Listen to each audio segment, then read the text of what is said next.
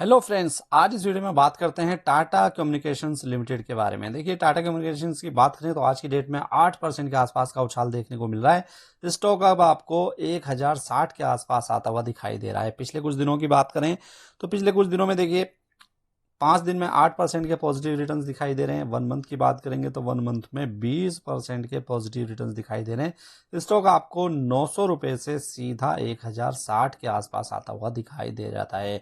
बात की जाए अगर 6 मंथ की तो 6 महीने के टाइम पीरियड पर अभी भी स्टॉक आपको 23% डिस्काउंट के ऊपर मिलता है।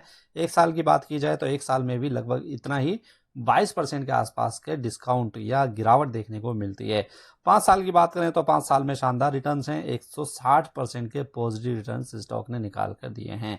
तो कंपनी में आज की डेट में जो बड़ी बढ़त देखने को मिली है उसका एक बड़ा रीजन है, उसके ऊपर चलते हैं पहले और उसके बाद चार्ट के ऊपर समझने की कोशिश करेंगे कि क्या एक नया ब्रेकआउट स्टॉक में बनता हुआ दिखाई दे रहा है या नहीं। अब देखिए, कंपनी के अगर क्वार्टरली नंबर्स के ऊपर नजर डालें उससे पहले मैं आपको साल के रिटर्न्स इसके दिखाता हूं, साल के रेवेन्यू आपको दिखाता हूं। तो यहां पर आप देखिए 2018 से लेकर 2022 तक एक ही रेंज में कंपनी का रेवेन्यू बढ़ता हुआ दिखाई दे रहा था। 16,000 से लेकर 17,000 करोड़ के बीच में, 16,500 से लेकर इनफैक्ट 17,000 के बीच में ही रेवेन्यू लगातार दिखाई दे रहा था। लेकिन अगर आप नेट प्रॉफिट के ऊपर नजर डालेंगे तो नेट प्रॉफिट में बड़ा इंप्रूवमेंट देखने को मिल रहा है, क्योंकि 2018, 19, 20 में कंपनी में लॉस निकल कर आ रहे थे, लेकिन 2021 और 22 में शानदार प्रॉफिट कंपनी ने पोस्ट किया 1250 करोड़ और 1477 करोड़ रुपए का। अगर बात की जाए कंपनी के ऊपर डेट कितना है तो डेट टू इक्विटी रेशियो में भी लगातार बहुत बढ़िया गिरावट देखने को मिली है और अब डेट टू इक्विटी रेशियो 8.51 पर आ चुकी है। अगर देखिए डेट टू इक्विटी रेशियो देखी जाए तो अभी भी debt to equity ratio high level पर है, क्योंकि 2 से ऊपर अगर डेट टू इक्विटी रेशियो पहुंचती है किसी कंपनी की तो वहां पर थोड़े से खतरे मंडराते हैं। लेकिन ये कंपनी के ऊपर खतरा इतना ज्यादा क्यों नहीं मंडरा रहा है, क्योंकि ये कंपनी टाटा ग्रुप की कंपनी है और जो भी लोन कंपनी के ऊपर है उसके ऊपर इसे बहुत ज्यादा इंटरेस्ट पे नहीं करना पड़ता है। अब देखिए, ये चीज आपको क्वार्टरली नंबर्स में देखने को मिलेगी। अब एक चीज और चेक करते हैं कि कंपनी में जो आज 8% के आसपास का उछाल देखने को मिला है, इसका सबसे बड़ा रीजन है कंपनी के अभी कुछ दिनों पहले ही जून 2022 के नंबर्स हमें दिखाई दिए थे। अब इसको कंपेयर करते हैं जून 2021 के नंबर्स के साथ। तो देखिए यहां पर देखिए आप सेल्स जून 2021 में 4,100 करोड़ रुपए की थी कंपनी की, जून 2022 में बढ़कर 4,310 करोड़ रुपए पर पहुंच गई। नेट प्रॉफिट में शानदार उछाल देखने को मिला है। पिछले साल इसी क्वार्टर में लगभग 300 करोड़ रुपए के आसपास का प्रॉफिट था, जो बढ़कर अब 535 करोड़ रुपए पर पहुंच चुका है।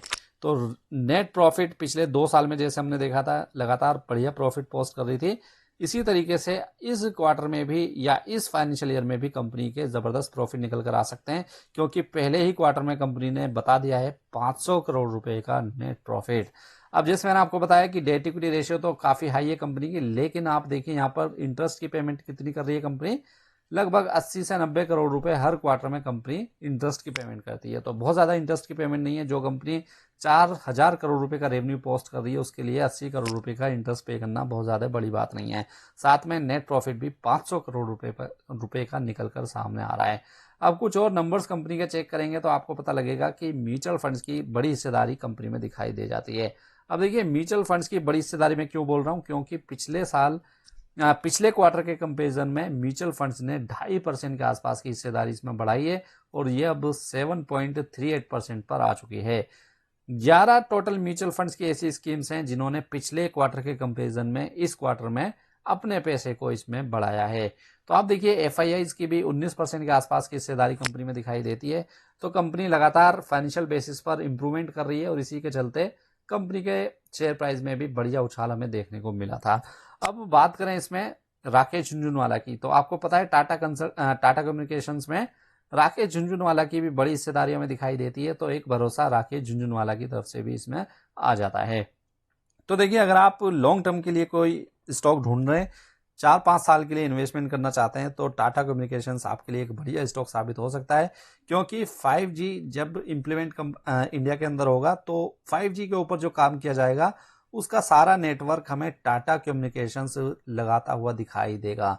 तो जो ग्रोथ पोटेंशियल है इस कंपनी के आने वाले 4 से 5 साल में वो काफी शानदार यहाँ पर दिखाई दे रहे हैं और वो चीजें हमें कंपनी के नंबर्स में भी अब देखने को मिलने लगी है। अब देखिए, मैंने आपको बोला था कि चार्ट के ऊपर भी चेक करेंगे, तो चलिए चार्ट के ऊपर हम लेकर चलते हैं आपको। और चार्ट के ऊपर आप यहाँ पर देखेंगे कि पिछले अगर 3 महीने की बात करेंगे तो पिछले 3 महीने में स्टॉक एक ही रेंज में हमें ट्रेड होता हुआ दिखाई दे रहा था। कौन सी रेंज थी? 900 से लेकर 1000 रुपए के बीच में। 900 कंपनी के लिए रेजिस्टेंस था और 1000 रुपए कंपनी 1000 रुपए कंपनी के लिए रेजिस्टेंस था, और इस रेजिस्टेंस को आज इसने ब्रेक किया है। यहाँ पर देखिए ये जो बड़ी कैंडल निकल कर आ रही है, इस पूरे ये कंसोलिडेशन फेज इस स्टॉक में देखने को मिल रहा था, इसको ब्रेक करके अब स्टॉक में ऊपर की ओर तेजी बनने के चांसेस दिखाई दे रहे हैं। साथ में आप यहाँ पर देखिए बड़े वॉल्यूम के साथ बड़ी तेजी आ रही है, तो आने वाले दिनों में भी ये तेजी हमें कंटिन्यू होती हुई दिखाई दे सकती है। तो ट्रेडिंग के लिए बात करें या फिर इन्वेस्टमेंट के लिए बात करें, दोनों ही टर्म्स पर स्टॉक आपको बढ़िया यहाँ पर अपॉर्चुनिटी देता हुआ दिखाई दे रहा है। तो उम्मीद करता हूं आपको ये वीडियो अच्छी लगी होगी। फ्रेंड्स, वीडियो अच्छी लगी तो इसको लाइक करना मत भूलिएगा। चैनल पर नए आए हैं तो इसको सब्सक्राइब जरूर कीजिए, क्योंकि ऐसी इन्फॉर्मेशन हम आपके लिए डेली बेसिस पर लेकर आते रहते हैं। तो चलिए मिलते हैं नेक्स्ट वीडियो में, जब तक के लिए गुड बाय।